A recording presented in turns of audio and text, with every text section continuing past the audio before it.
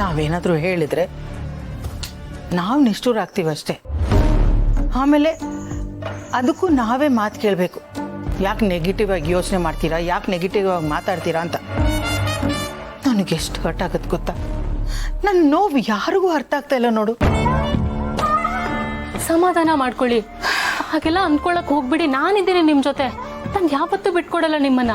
ನನಗೆ ಗೊತ್ತಮ್ಮ, ಆದರೂ ಒಂದೊಂದ್ಸಲ ಇದೆಲ್ಲ ನೋಡಿದ್ರೆ ಬೇಜಾರಾಗತ್ತೆ. ನನಗೆ ಈ ವಿಷಯ ನಿನ್ನನ್ನು ಬಿಟ್ಟರೆ ಬೇರೆ ಯಾರೂ ಇಲ್ಲಮ್ಮ ಹೇಳ್ಕೊಳ್ಳೋದಕ್ಕೆ. ಅದಕ್ಕೆ ನಿನ್ನ ಹತ್ರ ಹೇಳ್ಕೊಂಡೆ. ನನಗೆ ಗೌತಮ್ ನೋಡಿದರೆ ತುಂಬ ಬೇಜಾರಾಗತ್ತೆ. ಅವನು ತುಂಬ ದೊಡ್ಡ ಗುಣ. ಯಾರು ಹೇಗೆ ಎತ್ತ ಅಂತ ಒಂದು ಅವನಿಗೆ ಗೊತ್ತಾಗಲ್ಲ. ಈ ಹಾಲಿಗೂ ವಿಷಕ್ಕೂ ಇರೋ ವ್ಯತ್ಯಾಸ ಅವನಿಗೆ ಗೊತ್ತೇ ಇಲ್ಲ ನೋಡಮ್ಮ. ಆ ಆನಂದ್ ಗೌತಮ್ ಒಳ್ಳೆತನನ್ನ ಮಿಸ್ಯೂಸ್ ಮಾಡಿ ಎನ್ಕ್ಯಾಶ್ ಮಾಡ್ಕೋತಿದ್ದಾನೆ. ಅವನು ನಮ್ಮ ಕಂಪನಿಲಿ ಹೇಗೆ ಬೆಳೆದ ಗೊತ್ತಾ ನಿನಗೆ? ಹೀಗೆ ನಮ್ಮ ಗೌತಮ್ನ ಬಳಸ್ಕೊಂಡು ಅವನು ಬೆಳೀತಿದ್ದಾನೆ, ತನ್ನ ಬೇಳೆನ ಬೇಯಿಸ್ಕೊತಿದ್ದಾನೆ. ಹೌದಾ? ಬಟ್ ಅತ್ತೆ, ಅವ್ರ ನೋಡಿದ್ರೆ ಅವ್ರು ಹಾಗೆ ಅನ್ಸೋದೇ ಇಲ್ವಲ್ಲ ಅತ್ತೆ? ಎಲ್ರ ಜೊತೆ ಮಾತಾಡ್ಕೊಂಡು ತಮಾಷೆ ಮಾಡ್ಕೊಂಡು ಚೆನ್ನಾಗೇ ಇರ್ತಾರೆ.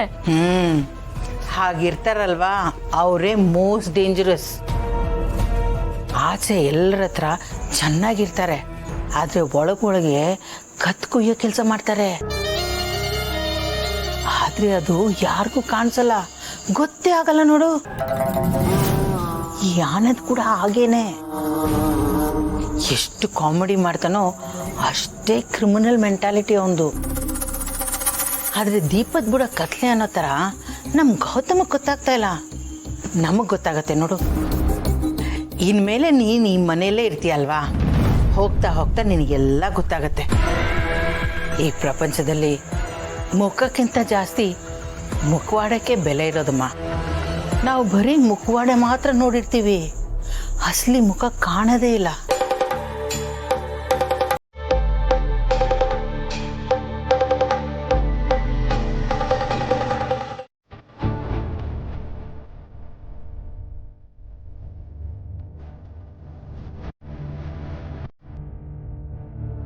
ನಿಮಿಷ.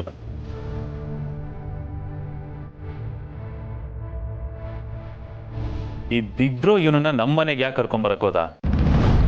ಗೌತಮ್, ಆನಂದ್ಗೆ ಇನ್ನೂ ಪ್ರಜ್ಞೆ ಬಂದಿಲ್ವಾ? ಇಲ್ಲಮ್ಮ, ಇನ್ನು ಪ್ರಜ್ಞೆ ಬಂದಿಲ್ಲ. ಆಕ್ಚುಲಿ ಆನಂದ್ ಕೋಮಾಗ ಹೋಗಿದ್ದಾನೆ.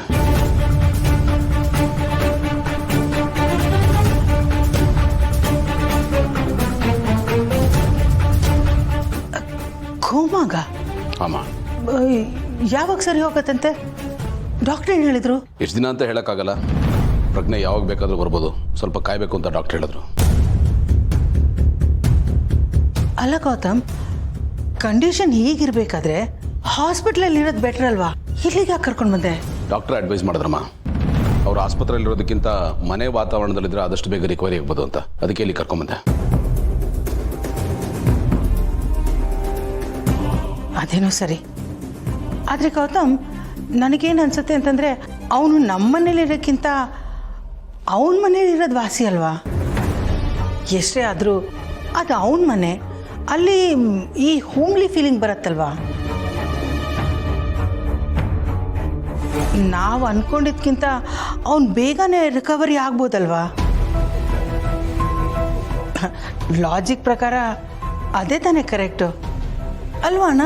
ಕರೆಕ್ಟ್ ಸಿಸ್ಟರ್, ನಿನ್ನ ಮಾತಿಗೆ ದೂಸರ ಮಾತೇ ಇಲ್ಲ. ನಿನ್ನ ಮಾತು ಒಂಥರ ಸುಪ್ರೀಂ ಕೋರ್ಟ್ ಜಡ್ಜ್ಮೆಂಟ್ ಥರ. ಗೌತಮ್, ಹಾಗೆ ಮಾಡೋಣ. ನಮ್ಮ ಆನಂದನ್ನ ಅವನ ಮನೆಗೆ ಶಿಫ್ಟ್ ಮಾಡ್ಬಿಡೋಣ, ಏನಂತ್ಯ? ಅಮ್ಮ, ಅದು ಆನಂದ್ ಮತ್ತು ಅಪರ್ಣಾಗೆ ನಮ್ಮನ್ನು ಬಿಟ್ಟರೆ ಬೇರೆ ಯಾರು ಅಷ್ಟೊಂದು ಕ್ಲೋಸ್ ಅಂತ ಯಾರೂ ಇಲ್ಲ. ಅವರು ನಮಗೆ ಪರಿಚಯ ಅಷ್ಟೇ ಅಲ್ಲಮ್ಮ, ಅವರು ನಮ್ಮ ಮನೆಯವರು. ನಿಮಗೂ ಗೊತ್ತು, ನಾವು ಮುಂಚಿಂದನೂ ಹಾಗೆ ಇರೋದು. ನಾವಿಬ್ಬರು ಬೇರೆ ಬೇರೆ ಮನೇಲಿರ್ಬೋದು, ಆದರೆ ನಾವಿಬ್ಬರು ಬೇರೆ ಬೇರೆ ಅನ್ನೋ ಭಾವನೆ ನಮ್ಮಲ್ಲಿ ಖಂಡಿತ ಇಲ್ಲ. ಅದು ಅಲ್ಲದೆ ಅವನು ಇಲ್ಲಿದ್ರೆ ನಾನು ಅವನ್ನ ಚೆನ್ನಾಗಿ ನೋಡ್ಕೋಬೋದು, ಅಪರ್ಣಗೂ ಹೆಲ್ಪ್ ಆಗುತ್ತೆ. ಆ ಕಾರಣಕ್ಕೆ ಇಲ್ಲಿ ಕರ್ಕೊಂಬಂದೆ. ಕರೆಕ್ಟ್, ನಿನ್ನ ಆಲೋಚನೆ ಸರಿಯಾಗೇ ಇದೆ. ಅಯ್ಯೋ ದೇವ್ರೆ, ಸಿಸ್ಟರ್ ಉರುಳಿಸಿದ್ದಾಳ ಉರುಳೇ ಇಲ್ಲ. ಅದು ಅಲ್ಲದೆ ಆನಂದ್ ವಿಷಯದಲ್ಲಿ ಮೆಡಿಸಿನ್ ಎಷ್ಟು ವರ್ಕ್ ಆಗುತ್ತಲ್ಲ ಗೊತ್ತಿಲ್ಲ. ನಾನು ಜೊತೆಗಿದ್ರೆ ಅವನು ಖಂಡಿತ ಸರಿ ಹೋಗ್ತಾನೆ ಅನ್ನೋ ನಂಬಿಕೆ ನನಗಿದೆ. ಇವ್ಯಾರು ಏನು ಅನ್ನಲ್ಲ ಅನ್ನೋ ನಂಬಿಕೆಲಿ ನಾನೇ ಡಿಸೈಡ್ ಮಾಡಿ ಆನಂದ್ ಇಲ್ಲಿ ಕರ್ಕೊಂಡ್ಬಂದಿದ್ದೀನಿ. ಗುಂಡು ಒಳ್ಳೆ ಕೆಲಸನೇ ಮಾಡಿದೆ.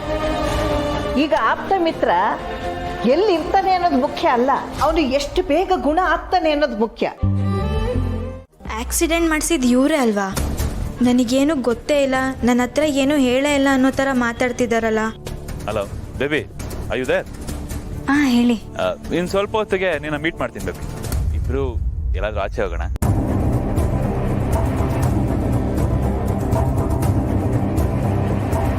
ಯಾರೋ ಬಂದರು, ಆಮೇಲೆ ಮಾಡ್ತೀನಿ. ಬೇಬಿ, ಇವ್ರ ಜೊತೆ ಕ್ಲೋಸಾಗಿ ಮೂವ್ ಮಾಡೋದು ತಪ್ಪ ಸರಿನಾ? ಮೊದಲೇ ಇವ್ರನ್ನ ವಾರ್ನ್ ಮಾಡಿದ್ದಾರೆ, ಇವ್ರು ನೋಡಿದರೆ ಈ ರೀತಿ ನಡ್ಕೊತಿದ್ದಾರೆ. ಏನು ಮಾಡೋದು ಅಂತಲೇ ಗೊತ್ತಾಗ್ತಿಲ್ವಲ್ಲ. ಹಳೆಮಯ್ಯ ಯಾರವರು? ತುಂಬಾನೇ ಕ್ಲೋಸ್ ಆಗಿ ಮಾತಾಡ್ತಿದ್ದೆ. ಕಣ್ಣಾಕ್ಬಿಟ್ಯಾ ಮಾಮ್? ನೀನು ವಾರಂಟಿ ಮುಗ್ದೋಗಿರೋ ಪೀಸ್. ನಾವು ಚಿಕ್ಕ ಮಕ್ಳು ಏನೋ ಮಾಡ್ಕೋತೀವಿ ಬಿಡು, ನಿನಗೆ ಯಾಕೆ? ಕತ್ತು ತಿನ್ನೋ ಹಣ್ಣು ರುಚಿನೇ ಅಳಿಮಯ್ಯ, ಆದ್ರೆ ಸಿಕ್ಕ ಬಿದ್ರೆ ಅದಕ್ಕಿಂತ ಕಹಿ ಒಗರು ಮತ್ತೊಂದಿಲ್ಲ. ಏಯ್, ಮನೇಲಿ ನಿನ್ನದು ಅಂತ ಒಂದು ಅಕೌಂಟ್ ಇದೆ ಕಣೋ, ಮರಿಬೇಡ. ಬಿಡು ಮಾಮ್, ಈಗ ಆ ಅಕೌಂಟ್ ಕತೆ ಯಾಕೆ? ಈ ತರ ಎಷ್ಟು ಅಕೌಂಟ್ ಮೇಂಟೈನ್ ಮಾಡಿಲ್ಲ ನಾವು. ಲೆಕ್ಕ ಹಾಕಕ್ಕೆ ಅಂತ ಕುತ್ಕೊಂಡ್ರೆ ಕೌಂಟೇ ಮಾಡೋಕ್ಕಾಗಲ್ಲ. ಅದು ಈ ಜೇಡಿ ಕದರು ಅಂದ್ರೆ.